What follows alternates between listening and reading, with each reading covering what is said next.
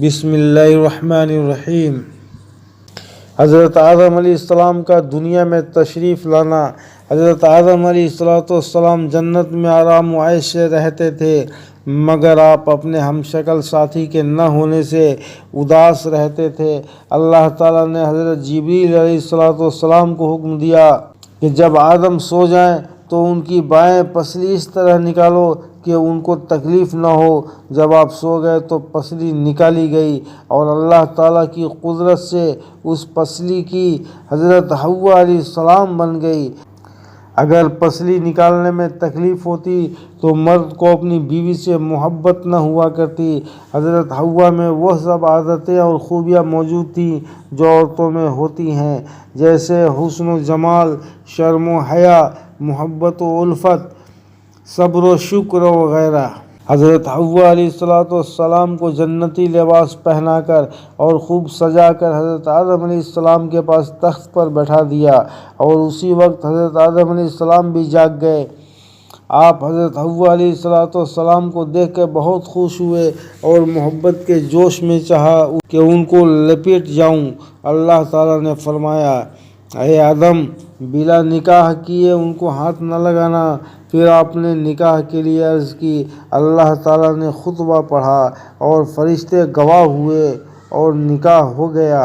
حضرت آدم علیہ السلام نے اللہ تعالیٰ کا ان الفاظ میں شکر ادا کیا، سبحان اللہ والحمد للہ ولا الہ الا اللہ واللہ اکبر ولا حول ولا قوة الا باللہ العلی العظیم۔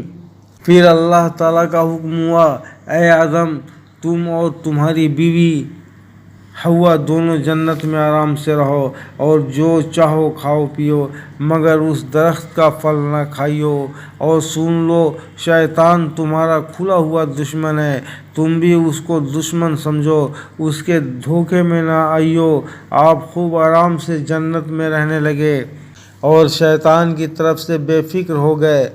وہ تو دنیا میں ہے، ہم جنت میں ہیں، یہاں نہیں آ سکتا۔ ادھر شیطان نے اس بات پہ کمر باندھ رکھی تھی کہ آدم سے نافرمانی کرا کے ان کو بھی جنت سے نکلواؤں، اور اس نے جنت میں جانے کی تدبیر کی۔ شیطان اللہ تعالیٰ کے 3 نام جانتا تھا، ان کو پڑھ کر آسمانوں کو طے کرتا ہوا جنت کے قریب بیٹھ گیا، اور پھر وہ نام پڑھنے شروع کیے۔ جنت کی دیوار پہ مور بیٹھا تھا، اس نے پوچھا، تو کون ہے؟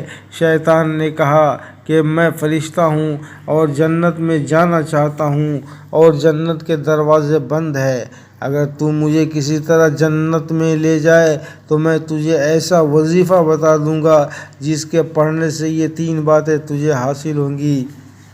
نمبر 1، تو کبھی بوڑھا نہ ہوگا۔ نمبر 2، ہمیشہ زندہ رہے گا۔ نمبر 3، ہمیشہ جنت ہی میں رہے گا۔ مور نے کہا، آدم کی وجہ سے کوئی جنت میں نہیں جا سکتا، اور مور نے یہ سب باتیں سانپ کو سنائیں۔ سانپ نے لالچ میں آ کے جنت کی موری سے اپنا سر نکالا، اور شیطان نے کہا، وہ وظیفہ مجھے بتا دے تو میں تجھے جنت میں لے جاؤں گا۔ شیطان نے کہا کہ پہلے مجھے جنت میں پہنچا دے، پھر بتلاؤں گا۔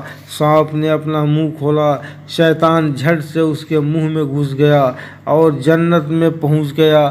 مور سے اور سانپ سے پھر بات بھی نہ کی، اور جنت میں ایک طرف بیٹھ کر رونے پیٹنے لگا۔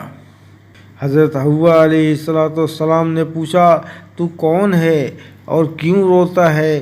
کہا، فرشتہ ہوں، تمہارے غم میں روتا ہوں، کیونکہ خدا تم دونوں کو ضرور ایک دن جنت سے نکالے گا، اور پھر تم مصیبت اور تکلیف میں پڑ جاؤ گے، اسی لیے خدا نے تم کو اس درخت کا پھل کھانے سے منع کر دیا ہے۔